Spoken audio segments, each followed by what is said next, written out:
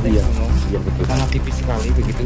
Nah, ini adalah genteng kuno. Jadi mereka menggunakan atap selain pelaras juga menggunakan genteng kuno ya. Ini sangat tipis. Perbedaannya kalau genteng kuno di bagian dalam mereka kasar ya, dan di bagian atas mereka lebih gasir atau lebih mengkilat begitu, sebagai untuk menahan panas ya, dari lingkungan. Berarti gini kan, kalau misalnya sudah pakai genteng, berarti kan ini buat Mojokerto TV. Kita sekarang sudah sampai di Begagan Limo ya. Jadi lewatnya seperti ini.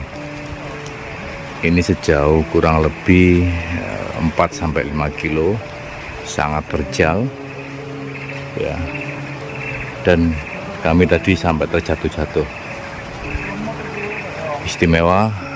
Di sini juga banyak sekali pohon-pohon yang besar seperti yang di atas sana.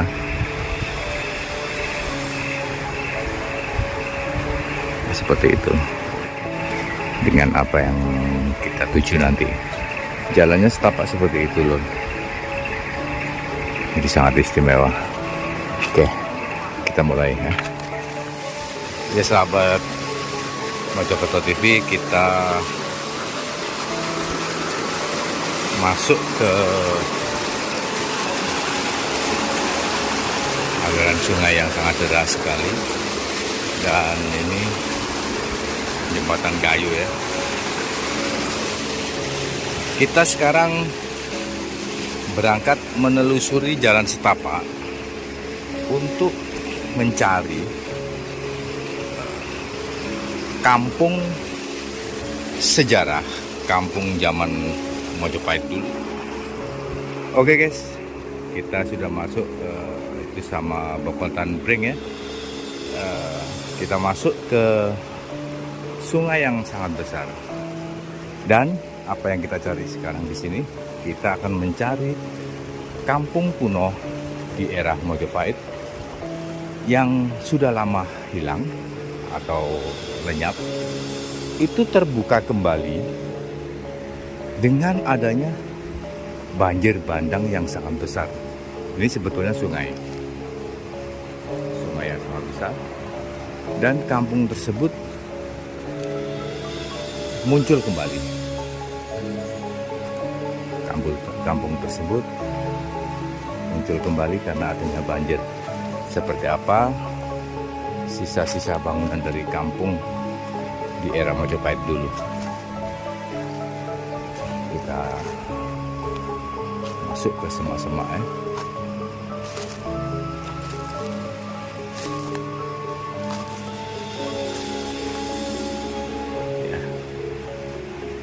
Terus jalan. Dan ini semak belukar. Hati-hati Kang ya, hati. Jadi kebetulan kami kesini bersama-sama ya, dengan para YouTuber kondang yang ada di Mojokerto, Jombang, dan Lamongan, untuk mencari bersama-sama adanya jejak-jejak peninggalan di kampung kuno. Dan masuknya tadi itu sangat ekstrim. Dan ini beralamatkan di Begagan Limo ya, Gondang. Kita sudah mendekati. Nah, itu juga ada teman kita. Itu. Situs Begagan Limo. Jadi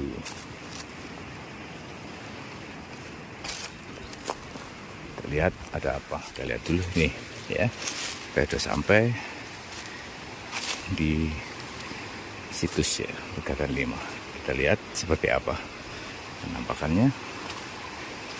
Nah, ini.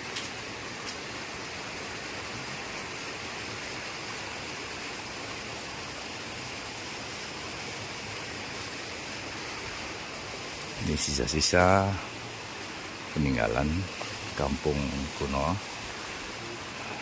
yang muncul setelah adanya banjir bandang.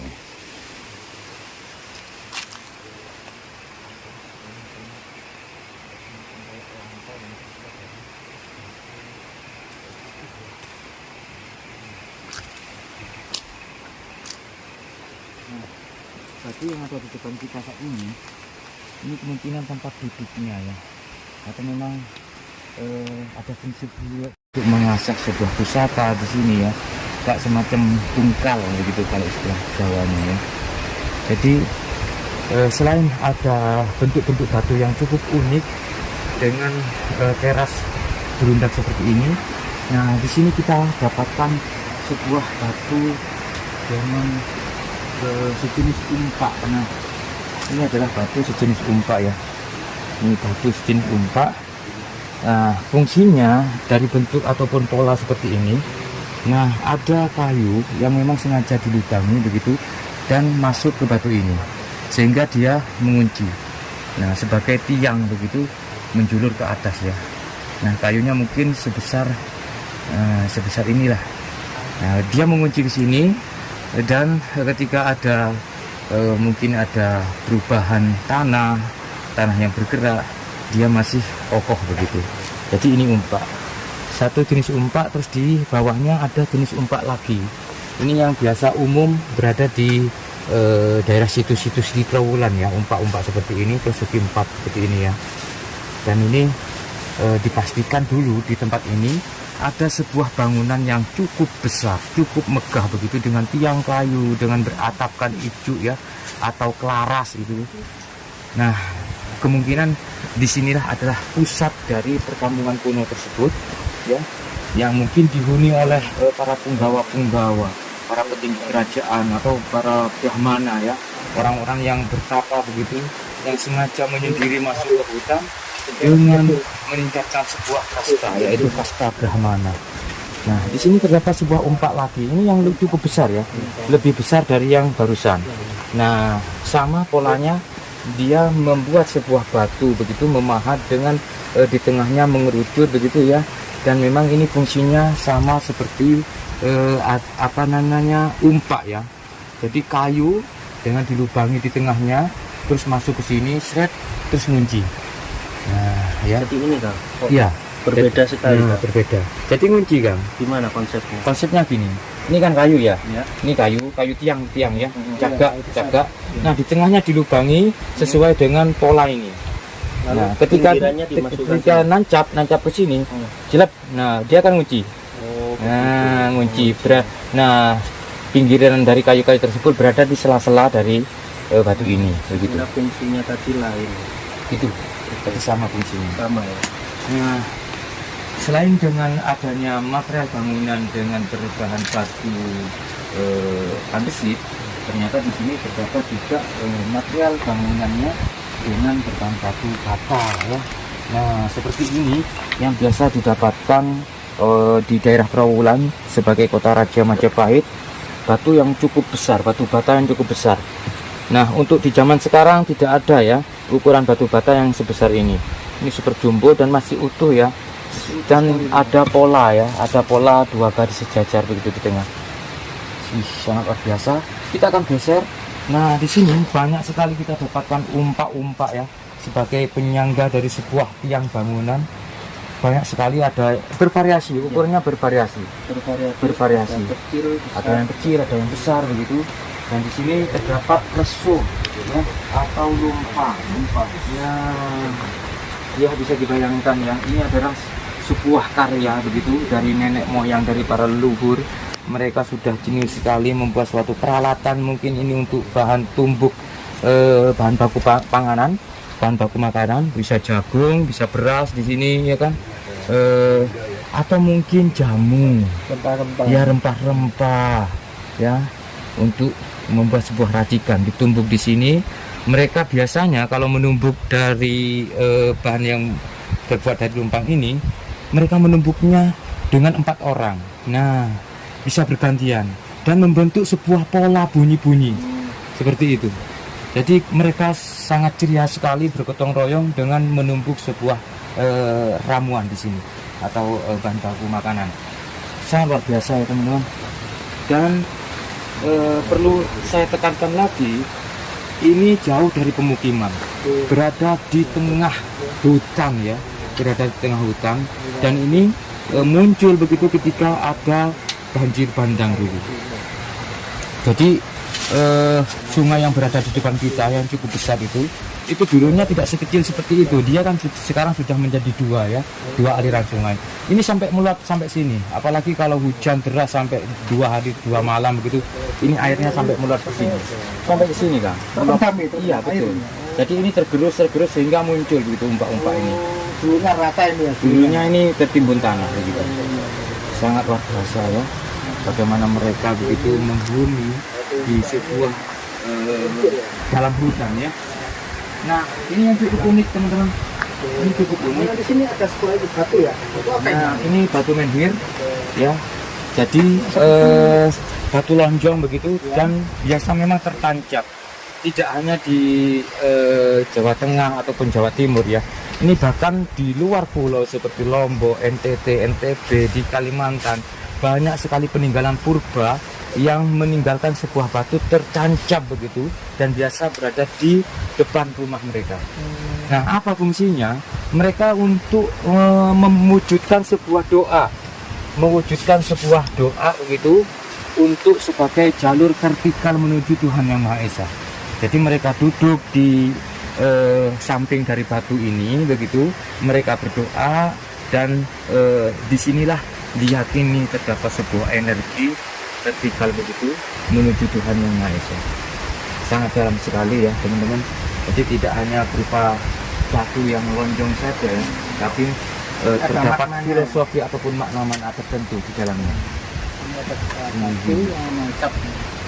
Oke, kita coba untuk keliling-keliling.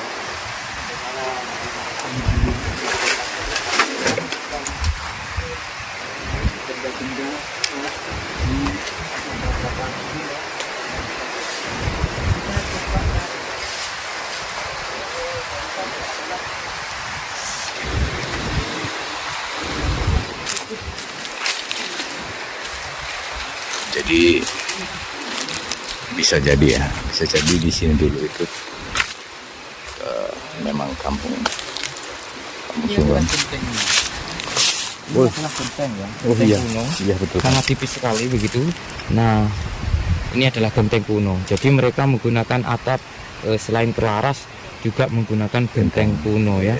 Ini sangat tipis. Perbedaannya kalau genteng kuno di bagian dalam mereka kasar ya, dan di bagian atas mereka lebih glasir atau lebih mengkilat begitu sebagai untuk menahan panas ya dari terik matahari. Berarti gini kan, kalau misalnya sudah pakai genteng, berarti kan ini juga mungkin hunian yang elit ya. Betul Kang, Ya. hunian yang istimewa.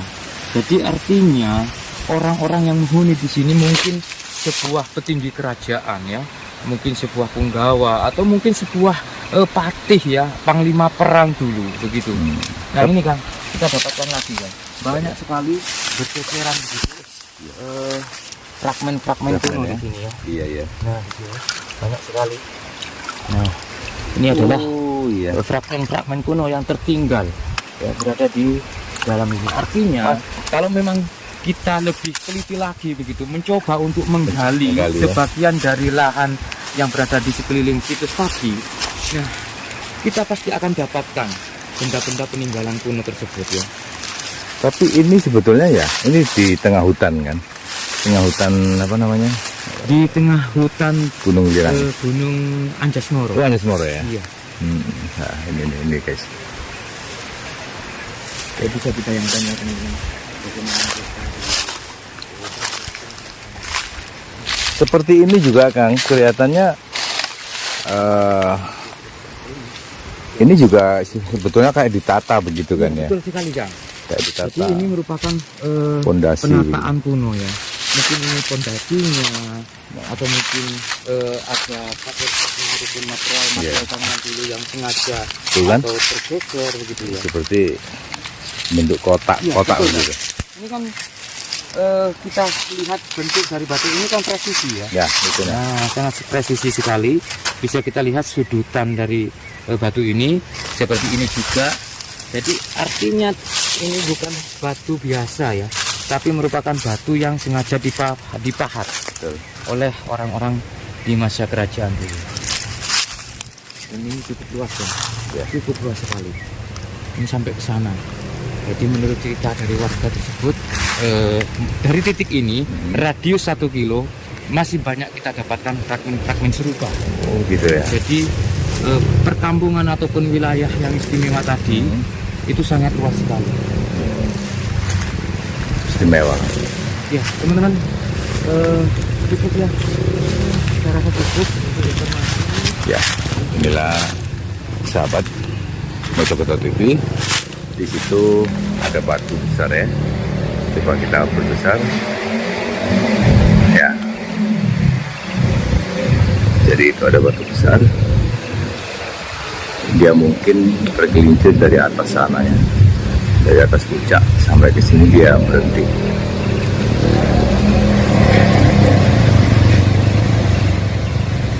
Oke, teman-teman sahabat Mojokerto TV, terima kasih.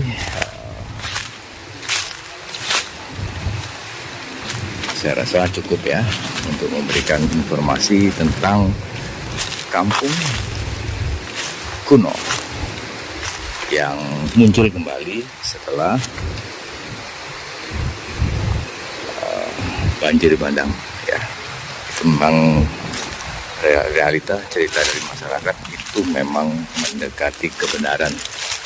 Nah di sini terdapat juga bebatuan yang mirip seperti pondasi-pondasi satu area seperti pondasi rumah, satu area di sana pondasi rumah. Sepertinya ini perkampungan dan perkampungan elit karena kita menemukan fragmen atap genteng ya. Nah, seperti ini berjajar bata ya. Batu. Saya rasa sekian ya. Terima kasih perhatian sahabat Mojokerto TV semuanya. Rahayu.